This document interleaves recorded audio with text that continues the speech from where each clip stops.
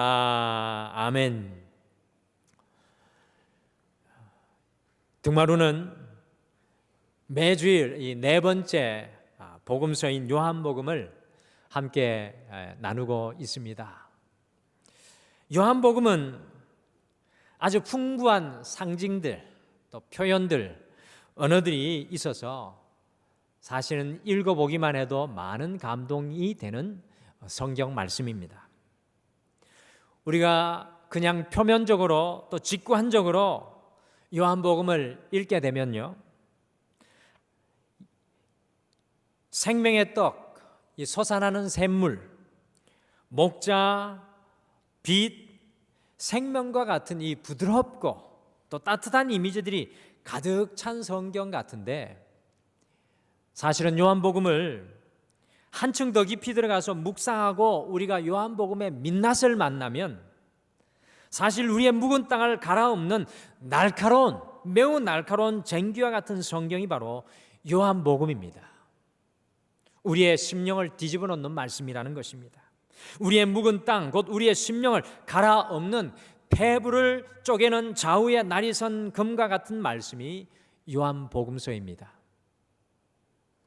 오늘 우리가 함께 읽은 이 말씀은 우리 예수님께서 성전을 깨끗하게 하시는 이 성전 청결 사건입니다.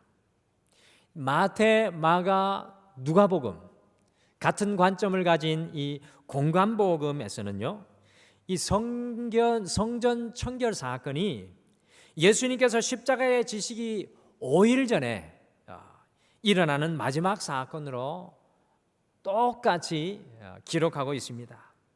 그러나 요한복음에서는 이 성전 청결 사건이 예수님의 첫 번째 표적인 가나 혼인잔치 바로 다음 곧 예수님의 사역의 맨 처음에 기록되어지고 있습니다.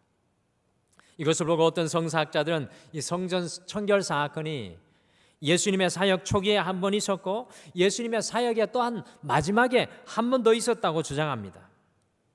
그러나 제 생각에는 이 마태, 마가, 누가복음은 시간적인 순서로 예수님의 이야기를 직선적으로 이야기 중심으로 기록을 하였다면 우리가 매일 만나는 요한복음은 예수님의 삶을 의미적으로, 이 표적과 같은 의미적으로 영적인 의미를 담아서 재구성하여서 기록하여 우리에게 전해주는 말씀입니다. 그러므로 한 가정이 세워지는 축제의 잔치에 포도주가 떨어져 심각한 결핍으로 행복이 깨어질 위기에 있는 가정을 방문하시고 그 가정을 회복시키시는 예수님의 첫 번째 표적 뒤에 이 두 번째 성전 청결 사건이 오는 것은 굉장히 중요한 영적인 의미가 있는 것입니다. 태초에 하나님께서 천지를 창조하시고 아담과 하와를 통해 가정을 제일 먼저 세우셨던 것처럼 예수님께서 이 요한복음에서 가나 혼인잔치에서 행복이 깨어질 위기에 있는 가정을 제일 먼저 그곳에 찾아가서 회복시켜 주셨습니다. 그리고 두 번째, 예수님께서 예루살렘 성전으로 달려가서 예루살렘 성전을 오늘 회복시키고 계십니다. 그런데 성전을 회복시키는 말씀이 아주 특별하죠. 오늘 예수님께서 이 성전을 회복시키는 말씀이 굉장히 특별합니다. 요한복음 2장 19절 말씀 다시 한번 같이 읽어보실까요? 요한복음 2장 19절 말씀 한 주 내내 우리 귀에 남아있는 메아리가 되었으면 좋겠습니다. 같이 읽겠습니다. 시작. 예수께서 대답하여 이르시되 너희가 이 성전을 헐라 내가 사흘 동안에 일으키리라. 아멘.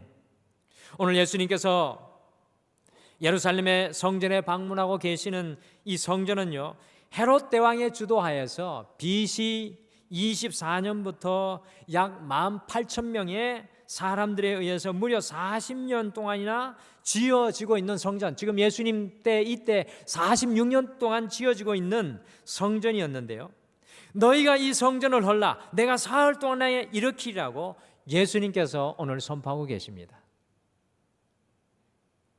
예수님의 이 지대한 관심이 성전에 있습니다. 코로나의 시간을 거치면서 가장 가슴이 아픈 것은 하나님의 성전들이 허물어지고 있다는 것입니다. 만나는 성도들마다, 만나는 교역자들마다 하나님의 성전이 흔들리는 것에 대해서 걱정하며 염려합니다. 이 코로나 이후에 우리의 교회들이 어떻게 될지 매우 염려와 걱정 속에 있습니다.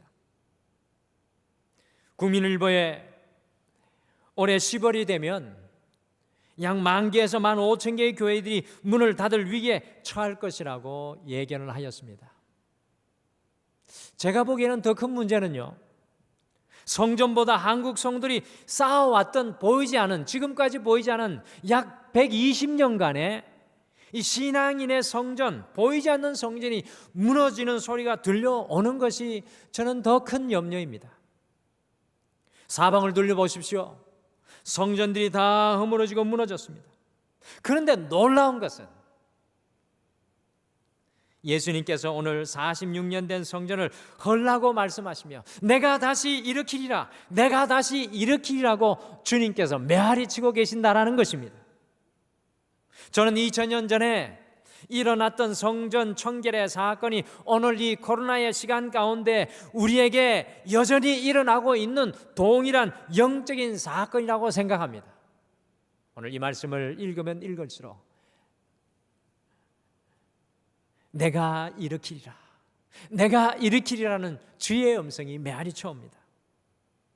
그래서 주의 성전되기 29번째 시간인 오늘은 이 성전을 헐라 내가 일으키리라, 이 성전을 헐라 내가 일으키리라는 제목으로 어떻게 다시 이 주님께서 세우시는 성전이 될 수 있는지 오늘 말씀을 통해 함께 발견하시겠습니다. 과연 우리는 어떻게 주님께서 세우시는 성전으로 다시 세워질 수 있겠습니까? 첫째, 우리가 다시 성전으로 세워지기 위해서는 우리의 인생 속에 채찍을 들고 계신 주님을 발견해야 합니다. 우리 앞에 채찍을 들고 서 계신 주님을 보는 눈이 필요합니다. 같이 요한복음 2장 14절과 15절을 함께 읽으시겠습니다. 14절, 15절 말씀 같이 읽겠습니다. 시작. 성전 안에 소와 양과 비둘기 파는 사람들과 돈 바꾸는 사람들이 앉아 있는 것을 보시고 노끈으로 채찍을 만드사 양이나 소를 다 성전에서 내쫓으시고 돈 바꾸는 사람들의 돈을 쏟으시며 상을 엎으시고. 아멘. 유대인의 이 최대 명절인 유월절이 되면은요, 예루살렘에서 32km 이내에 있는 유대인은 누구나 다 의무적으로 예루살렘 성전으로 올라와야 했으며 원근 각처에서 이 유월절에 유대인들은 예루살렘 성전에서 예배하는 것을 절개하였어요. 유월절이 되면은 예루살렘의 일반적인 인구의 보통 최소 5배의 사람들이 몰려들었다고 합니다. 어떤 학자는 10배까지 인구가 늘어나가지고 약 200만이 넘는 사람들이, 성지순례 가본 분들은 아시겠지만 그 조그만한 예루살렘에 몰려들었다는 것입니다. 상상해 한번 해보십시오. 6월절 제사를 드리기 위해서 먼 곳에서 양과 소와 때로는 비둘기를 안고 와야만 했습니다. 광야를 지나서 와야 했고 이스라엘 산지를 넘어와야 했습니다. 그 먼 곳에서 여행하며 짐승을 데리고 오기가 얼마나 번거로웠겠습니까? 그리고 짐승들의 상태는 또 성전에 도착했을 때 어떠하였겠습니까? 처음에는 먼 곳에서 짐승을 데리고 오는 사람들을 배려해서 성전 밖에서 제사 지낼 이 짐승들을 사게 했는데요, 제사장들이 가만히 보니까 엄청난 수입이 그곳에서 발생되는 것을 보고 아예 성전 안에 짐승을 사고 팔 수 있는 가게를 제사장들이 세워놓았습니다. 그리고 외국에서 오는 사람들이 성전 세금을 내고 자기들의 화폐를 바꿔서 짐승을 살 수 있도록 이곳저곳에서 환전상을 이곳저곳에 세워놓았습니다. 오늘날의 공항과 같이 환전상이 이 성전 안에 들어가 있었다는 것입니다. 그러면서 이 엄청난 이물을 이 제사장들이 챙겨 주머니에 집어넣었습니다.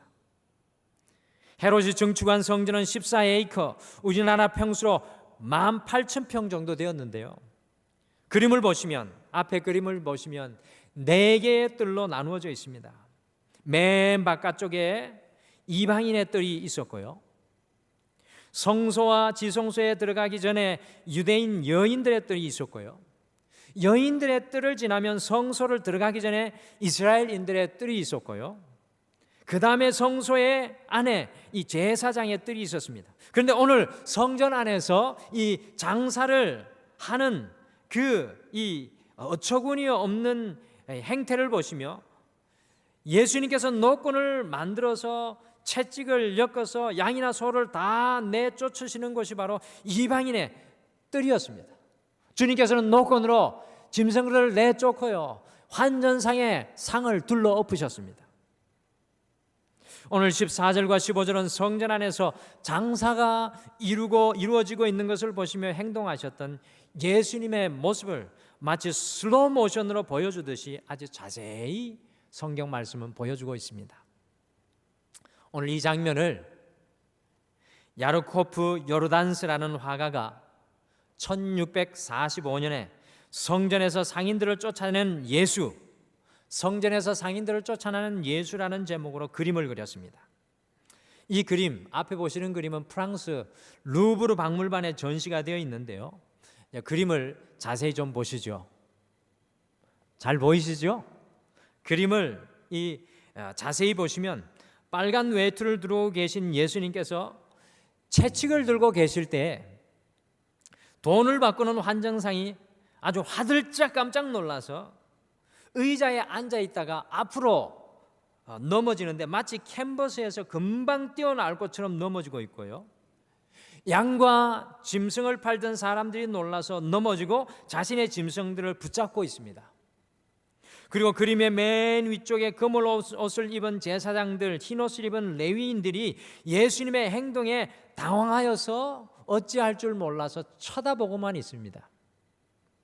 이 그림의 아주 특별한 점은 예수님 뒤에 창문을 통해 들어오는 빛과 그리고 빛이신 예수님이 채찍을 들고 계신데, 그 빛이 환전하는 사람에게, 짐승을 매매하는 사람에게 환하게 마치 조명이 비추이듯이 비추어집니다. 다른 그림은 어두운데 여러분들 중간에 있는 이 환전상들, 짐승을 파는 사람들에게는 빛이 비추어져서, 조명이 환하게 비추어져서 그들의 행위가 드러나고 있습니다.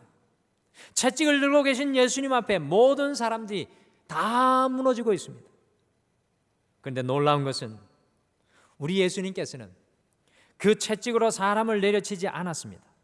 소나 양은 채찍으로 내모셨지만 비둘기는 그 장사하는 사람에게 그냥 가지고 나가라고 하셨습니다. 여러분들, 이것이 중요합니다. 주님께서 채찍을 들고 계신 것은 우리를 해하기 위해서가 아니라 우리를 살리기 위함인 것입니다. 우리를 놀라게 하는 것은 채찍을 들고 계신 예수님께 아무도 대항하는 사람이 없었다라는 것입니다. 그저 채찍을 들고 계신 주님 앞에 완전히 무너지는 인간의 모습을 철저히 보여줍니다. 여러분들, 상인들이 얼마나 거친 사람들입니까? 검은 색깔로 상인들이 표현되잖아요. 돈을 다루는 사람들이 얼마나 날카로운 사람들이고, 제사장들이 얼마나 힘이 있고 권위적인 사람들이었습니까? 그러나 그들이 단 한마디도 하지 못하고 예수님 앞에 그대로 쫓겨났습니다. 토저라는 유명한 목사님이 현대 복음주의 교회가 이야기하는 하나님은 사람을 놀라게 하는 일이 없다라고 한탄하였습니다. 현대 교회가 이야기하는 하나님은 사람을 놀라게 하지 않는다라는 것입니다. 온유하시고 인자하시고 사랑이 많으시고 항상 싸매주시고 죄를 100번 1000번 범해도 그저 용서해 주시는 하나님만으로 가르치다 보니까요, 우리를 향해 채찍을 들고 계신 주님을 더 이상 이야기하지 않는다라는 것입니다. 사랑하는 성도 여러분, 우리가 주의 성전으로 다시 세워지기 위해서는 우리를 향해 채찍을 들고 계신 우리 주 예수 그리스도를 바라볼 수 있는 눈이 필요합니다. 나의 연약함과 부족함을 향해서 채찍을 들고 계신 주님을 보는 눈이 필요합니다. 오늘 우리의 삶 가운데 예수님께서 들어오신다면, 오늘을 살아가는 우리에게 예수님께서 오늘 이 예루살렘에 들어오신 것처럼 들어오신다면, 과연 우리의 삶의 어떤 부분을 향하여 채찍을 들고 우리의 연약함과 죄악들을 내어 쫓으실까요? 우리 예수님께서 이 자리에 우리 가운데 오신다면 우리의 어떤 것을 향하여 우리 주님께서 채찍을 들고 계실까요? 기억하십시오. 주님의 채찍은 우리를 내리치는 징계의 채찍이 아니라 우리를 살리는 사랑의 채찍입니다. 온 나라 곳곳에 무너지는 소리가 들리는 이때 우리 앞에 채찍을 들고 서 계신 그 사랑의 주님을 볼 수 있어야 합니다. 우리의 연약함을 안타까워하며 우리의 죄악됨을 안타까워하며 길을 잃어버린 우리에게 채찍을 들고 서 계신 주님, 분노할 수밖에 없는 주님, 그 주님을 볼 수 있어야 합니다. 이번은 한 주 우리 앞에 채찍 들고 우리의 삶의 어두움과 연약함을 보여주시는 그 주님 앞에 나아가시길 바랍니다. 우리를 주님의 새로운 성전으로 세워주실 줄 믿습니다. 우리의 연약함이 떠나가고 우리 주님이 다스리는 역사가 일어나게 될 줄 믿습니다. 둘째, 우리가 다시 성전되기 위해서는 우리가 세운 성전은 무너지고 주님의 성전이 세워져야 합니다. 우리가 세운 성전은 무너지고 주님이 세운 성전이 세워져야 합니다. 예수님께서 19절에 너희가 이 성전을 헐라 내가 사흘 동안에 일으키라고 말씀하시니까 유대인들이 20절에 이야기를 하였습니다. 같이 요한복음 2장 20절을 읽겠습니다. 20절 유대인들의 반응입니다. 같이 읽겠습니다. 시작. 유대인들이 이르되 이 성전은 46년 동안의 지었거늘 내가 3일 동안에 일으키겠느냐 하더라. BC 24년에 헤롯 대왕에 의해서 증축된 성전은요, 예수님의 시대까지 46년 동안 계속해서 건축되고 있었습니다. 사실 헤롯 대왕은 다윗과 솔로몬 왕과 같이 신앙으로 이 성전을 지은 것이 아니라 에서의 후손인 이두메 사람으로 반쪽 유대인이었기 때문에 늘 유대인의 환심을 사기 위해서 대를 걸쳐서 이 성전을 웅장하고 화려하게 짓고 있는 것입니다. 헤롯의 이 성전은 주님의 성전이 아니라 헤롯이 세운 성전이었던 것입니다. 오늘 예수님은 그것을 누구보다도 더 잘 아시고 인간이 세운 이 성전을 헐으라고 이야기하시는 것입니다. 인간이 세운 성전이 무너지면 예수님께서 주의 성전을 일으키실 것이라고 약속하시는 것입니다. 사랑하는 성도 여러분, 신앙이 무엇입니까? 신앙은 우리가 세운 모래성을 허물고 주님과 함께 세우는 인생을 시작하는 것입니다. 신앙은 우리가 세운 모래성을 포기하고 허물고 주님과 함께 우리의 인생을 세우는 것입니다. 성전은 무엇입니까? 오늘 주님께서 여기에서 말씀하시는 성전은 보이는 예루살렘 성전이 아니라 바로 우리들을 세우시겠다는 주님의 약속입니다. 특별히 요 근래 사회의 모습을 보면서 인간이 세운 성전이 얼마나 연약한 것인가를 다시금 깨닫게 됩니다. 인간이 세운 성전이 얼마나 연약합니까? 우리가 세운 가정, 우리가 세운 자녀, 우리가 세운 직장과 사업이 얼마나 연약합니까? 우리가 쌓아 올린 성공과 명예가 얼마나 허무합니까? 일순간에 무너지는 공드탑과 같다는 것을 깨닫게 됩니다. 오늘 예수님께서는 너희가 이 성전을 헐라고 말씀하시는 것은 우리가 붙잡고 있는 것, 우리가 쌓아 올린 것들을 헐으라고 말씀하시는 것입니다. 우리가 쌓아 올린 것을 주님의 십자가의 은혜 앞에 헐어버리면 주님께서 세우시는 성전이 우리 안에 세워지게 됩니다. 우리의 자아도 교만도 우리의 연약함도 헐게 되면 우리 안에 주님의 성전이 십자가의 능력으로 세워진다는 것입니다.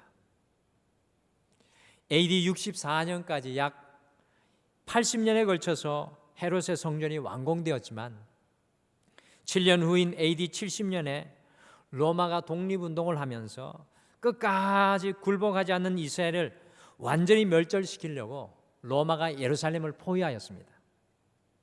온 세상을 정복한 로마를 작은 이스라엘이 이긴다는 것은 불가능했기 때문에 당시 지도자 중에 한 사람인 랍비 요하난 벤 자카이는 이스라엘 민족을 어떻게 하면 이 위기 속에서 보존할 방법을 찾아서 골몰하였습니다. 랍비 요하나는 드디어 한 가지 방법을 짜내고 실행에 들어갔습니다. 제자들에게 자신이 죽었다는 소문을 퍼뜨리게 하여서 죽은 시체로 위장을 하여서 성 밖으로 빠져나와서 예루살렘을 에워싸고 있는 로마 장군 베스파시안이 파시아누스를 만나서 담판을 하였습니다. 랍비 요하나는 베스파시아누스가 장차 로마 황제가 될 것을 예언하면서 한 가지 요청을 하였습니다. 베스파시아누스 장군은 그 청을 수락을 했고요.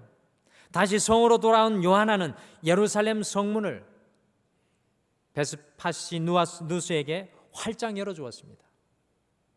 그러자 그 다음에 엄청난 살육과 파괴가 예루살렘에 이어졌습니다.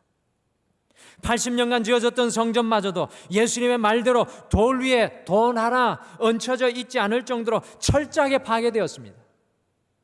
그러나 베스파시아누스 장군은요, 랍비 요하난과 약속을 지켰습니다. 그 약속이란 예루살렘과 성전을 파괴하더라도 랍비 학교만은 파괴하지 않겠다는 것이었습니다. 그렇게 AD 70년 이후에 이스라엘은 지구상에서 완전히 사라졌습니다. 랍비 요하난 벤 자카이는 로마군에게 예루살렘 성문을 열어주고요, 하나님의 법궤가 모서진 지구한 하나님의 성전을 10여 명의 랍비가 모여있는 초라한 회당과 맞바꾼 민족의 반역자라고 불릴 수도 있었습니다. 그러나 놀랍게도 그는 이스라엘의 영적인 아버지로 추앙받고 있습니다.